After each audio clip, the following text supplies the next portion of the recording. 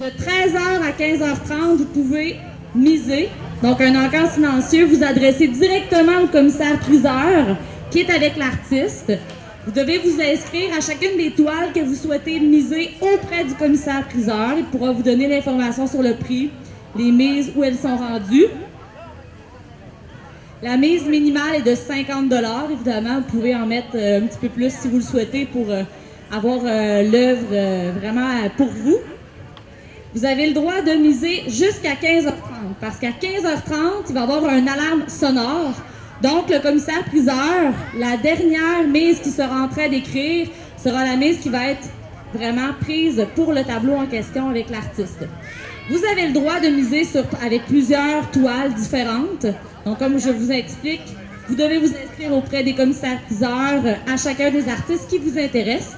Certains artistes ont une œuvre, deux œuvres, donc ça dépend vraiment là, des personnes que vous pouvez leur poser des questions directement au commissaire-priseur. Il pourra vous informer.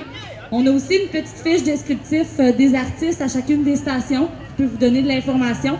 Mais évidemment, profitez-en, allez les rencontrer. Ils sont là pour vraiment expliquer leur tableau, expliquer leur inspiration, leur carrière. Donc, profitez-en pour les rencontrer, posez des questions aussi sur la façon de faire au niveau des œuvres, leur technique. Ils sont là pour vous rencontrer puis ils veulent que vous puissiez poser vos questions aussi. Donc, ça commence dans 2 minutes. Je crois que nos commissaires-priseurs sont déjà pas mal tous à leur station. Donc, vous pouvez commencer à avoir de l'information directement. Et je vous souhaite évidemment un merveilleux encan silencieux.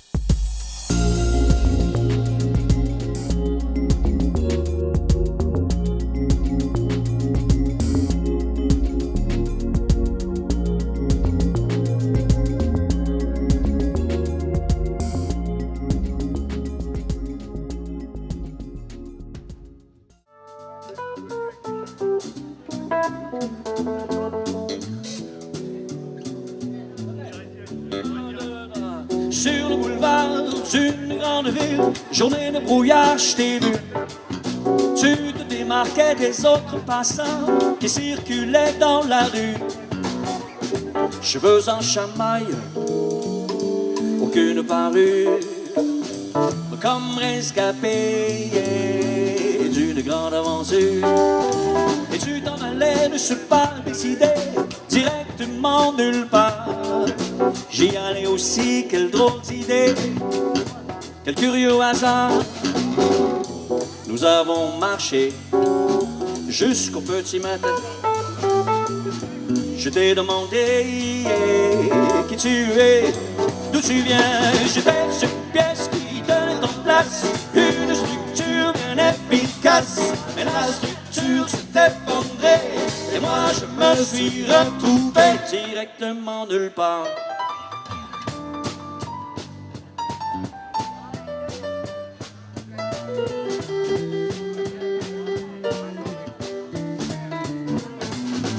Sur le boulevard d'une grande ville, me voici donc à ton bras, sans destination mais l'après-mille, à faire les 100 pas. Curieuse cavale que notre Odyssée, dans l'itinérance, nous nous sommes trouvés. Et tu t'en allais, ne suis pas résolu, directement nulle part. J'y allais aussi plutôt farfelu, quel curieux hasard. Okay. Fait que nous avons parlé comme ça, de tout et de rien. Tu m'as demandé qui je suis, d'où je viens. J'étais une plume fonctionnaire qui faisait de très bonnes affaires. Mais les affaires se font moins sûres et je n'étais plus que parure. C'est que les structures viennent en place, l'air de détresse qui est menace. Tout ce monde s'effondrait et moi je me suis retrouvé directement nulle part.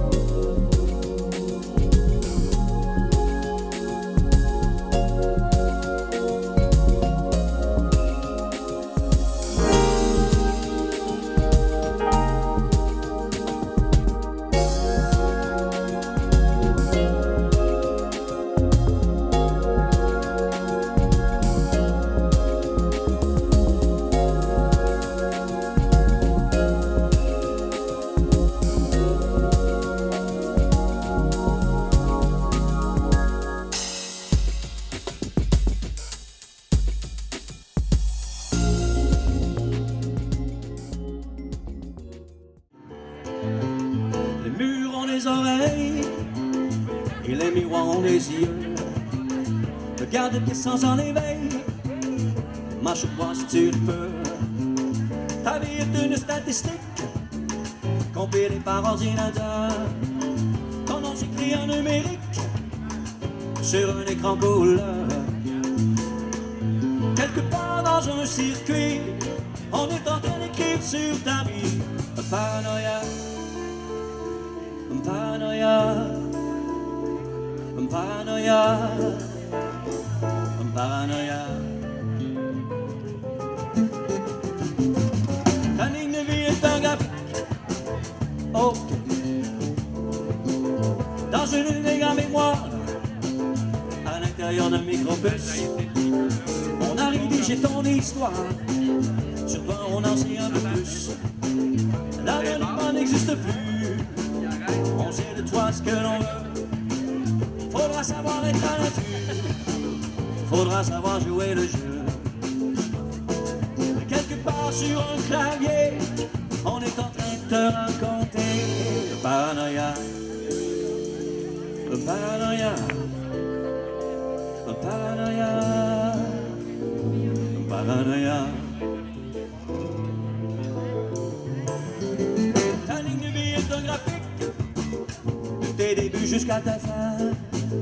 On en fera une logique. Plus on en sait, mieux on te tient.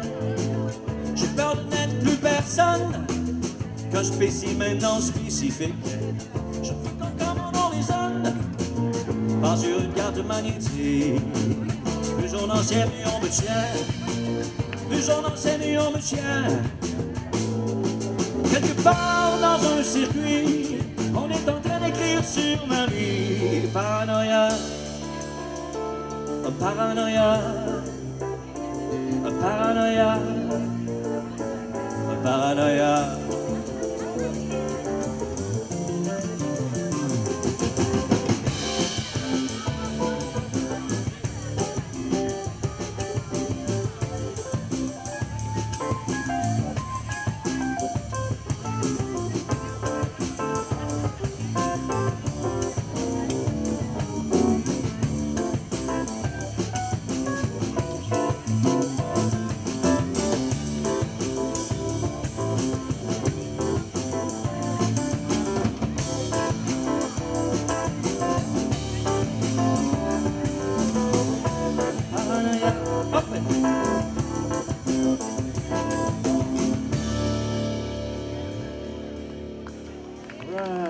Merci beaucoup.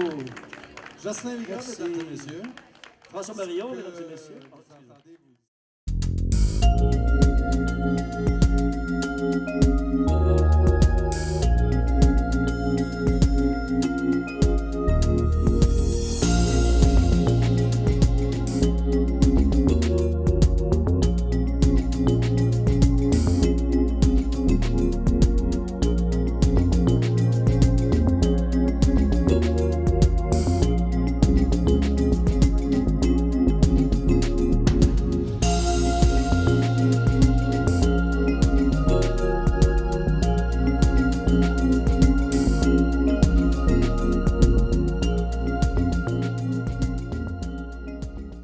Je parle avec Diane Labbé pour Rêve d'automne. Bonjour. Bonjour.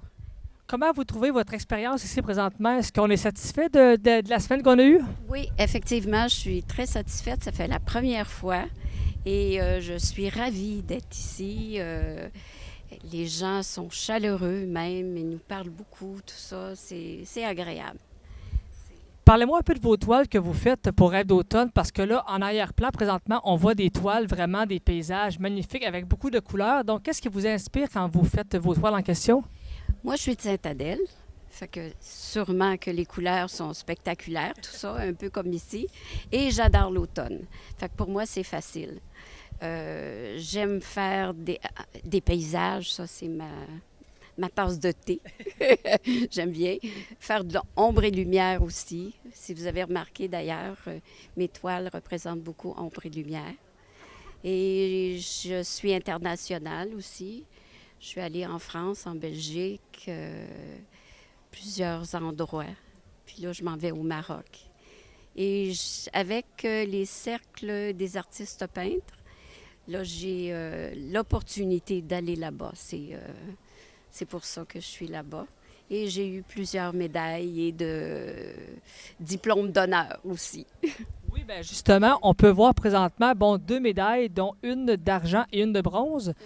J'imagine que ça fait un petit velours quand on a ça. Ça fait un petit velours. J'ai adoré ça. Et d'ailleurs, il y a une dame qui m'a dit, ils sont arrivés, tout ça, puis ils ont visité plusieurs, puis ils ont dit, moi, c'est un Labbé que je veux, c'est pas autre chose. Fait que ça, c'était comme plus que de l'argent. Qu'est-ce qui vous a incité à venir ici à Baie-Saint-Paul pour Rêve d'automne? Est-ce que c'est l'ambiance, le paysage, l'organisation? Qu'est-ce qui vous a convaincu de venir ici? Moi, à tous les ans, je venais faire mon tour ici, et je faisais le tour, tout ça, puis je me suis dit, je veux venir peindre ici à Rêve d'automne, et c'est réalisé. Fait que je suis bien heureuse. L'objectif est fait. Vraiment, on a vraiment de très, très belles toiles avec des médailles. En plus, il y a une belle température, les gens sont de bonne humeur. Donc, je pense que pour vous, les artistes, d'exposer en plus en plein air, c'est agréable aussi. Très agréable. Moi, j'adore ça. Je peux pas demander mieux. Je vais faire 3 belles journées. Fait que venez nous voir amplement. Pour vous, est-ce qu'on parle d'un retour l'an prochain? Est-ce qu'on garde pour revenir l'an prochain? Oui, effectivement, je vais revenir l'an prochain. J'ai plusieurs amis, d'ailleurs, qui sont artistes peintres. Fait que là, à ce moment-là, ben, on réserve ensemble une petite maison, puis on parle de peinture. C'est excellent. Madame l'abbé, merci beaucoup. Merci infiniment. Au revoir.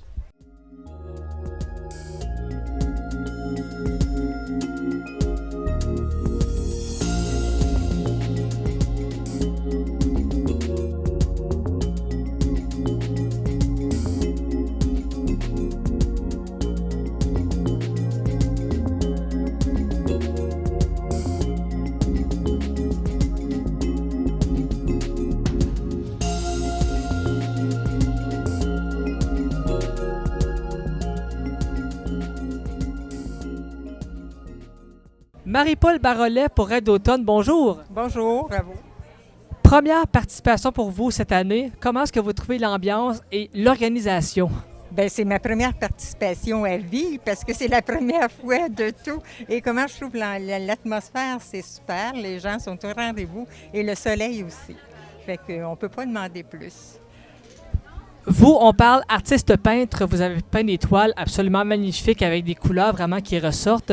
Parlez-moi un peu de vos toiles, combien de temps ça prend et qu'est-ce qui vous inspire? Disons, ce sont des créations uniquement créatives et non interprétations. Je ne prends pas de photos ou quoi que ce soit. C'est uniquement imaginaire. On peut pas deviner, je ne peux pas deviner le lieu ou dire le lieu. C'est créatif uniquement. La durée d'une toile, ben comment ça me prend de temps? Moi, c'est une technique mix à l'huile. Donc, il y a plusieurs procédés et je fais des ciels très unis. Donc, il y a un procédé qui est long. Ça me prend au moins 3-4 jours à préparer la toile avant de la peindre. Fait qu'il y a de la spatule et ce qui donne un effet de profondeur. C'est des couleurs terre que j'emploie qui donnent une impression de bien-être, si on veut dire. Vous avez plusieurs formats de toiles. Dites-moi, est-ce que vous êtes plus approché par les grands formats ou les petits formats? Les grands formats, oui. Les petits aussi, mais ça dit autre chose. C'est surtout le grand format que je vends, mais il faut que j'ai de tous les formats pour plaire aux gens. Parce qu'on dit souvent en peinture que les grands formats nous permettent une grande imagination de plus pour mettre en œuvre ce qu'on ressent. C'est tout à fait exact. Le fignolet d'une grande toile n'est pas la même chose qu'une petite toile. Ça me prend plus de temps à créer une petite toile qu'une grande toile. La gestuelle est vraiment, vraiment pas pareille. Fait que non, je suis très bien, je suis très à l'aise avec une grande toile. Et en plus, bon, le fait d'exposer ici à Baie-Saint-Paul, à l'extérieur, devant vraiment une rue, comme on dit, bondée de gens qui ont le gros sourire, comment est-ce qu'on se sent par rapport à ça? On se sent très bien, très, très bien. Moi, j'ai l'habitude, donc, je vais dire, les gens ne me font pas peur, puis les gens m'interpellent, je réponds aux questions avec plaisir. Alors, pour l'an prochain, si on vous approche de nouveau, est-ce qu'on parle d'un retour? Sûrement, si ma santé le permet, si on ne sait jamais dans un an qu'est-ce qui se passe, mais oui, exact. Je suis de retour.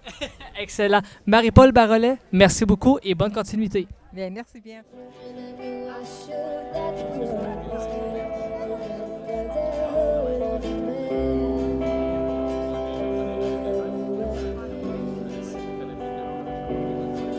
So I pray sometimes when I'm laying in bed just to get it right. It's in my head and I'm feeling a little peculiar. And so I wake up in the morning and I step outside and I take a deep breath and I get real high and I dream the top of my lungs, what's going on? And I said, hey.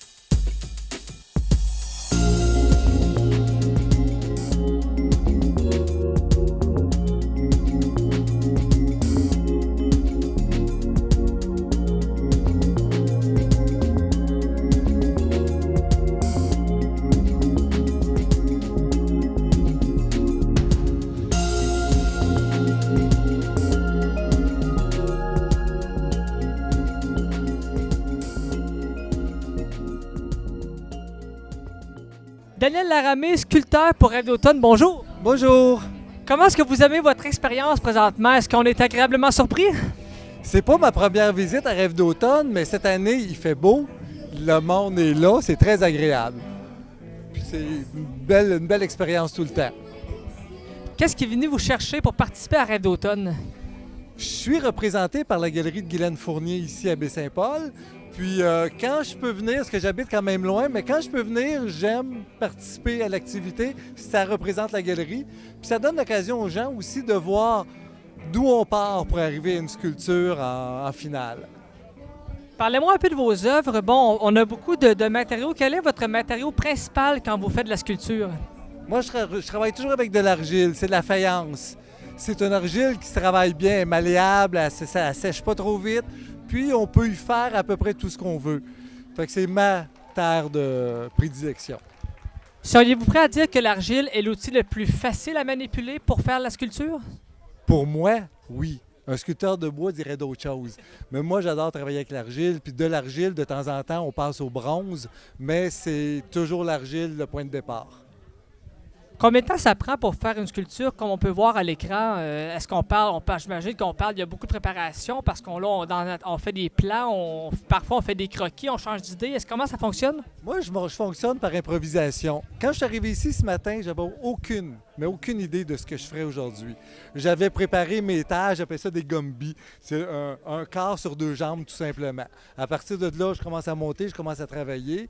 J'ai monté mon premier personnage ce matin. J'avais encore aucune idée de ce que je ferais. J'ai installé le deuxième personnage, j'ai entendu jaser quelqu'un, tout était là. Hein? Là, j'ai une ado qui réclame les clés de la voiture à papa. C'est vraiment ce qui va arriver avec cette pièce-là, mais ça, je sais ça depuis 1 heure à peu près. Et comment vous trouvez le fait de pratiquer votre passion en plein air devant toute la foule de Baie-Saint-Paul? Ça a un petit velours, j'imagine? Bien, c'est toujours agréable, c'est ça. Puis ce qui est intéressant, c'est que les questions des gens, les gens, souvent, ne comprennent pas comment ça fonctionne. Puis ça, c'est intéressant. Moi, j'enseigne la sculpture aussi en atelier. Fait que dans le fond, c'est comme un plus. Hein? Je donne un petit cours 101 au niveau de l'argile, le fait du façonnage aux gens qui veulent s'arrêter, poser des questions. Rêve d'automne se termine dans quelques jours. En fait, c'est le dernier week-end. Donc, pour vous, l'an prochain, est-ce qu'on parle d'un retour aux sources? C'est toujours possible. Je souhaite juste qu'il fasse beau. Quand il fait beau, je suis présent. Présentement, on est chanceux parce qu'il y a une belle température. C'est ça. Puis ça roule, ça va super bien. Puis oui, j'aime beaucoup la région et l'activité Rêve d'automne, là, c'est super. Excellent. Merci beaucoup et bonne continuité. Merci bien. À la prochaine.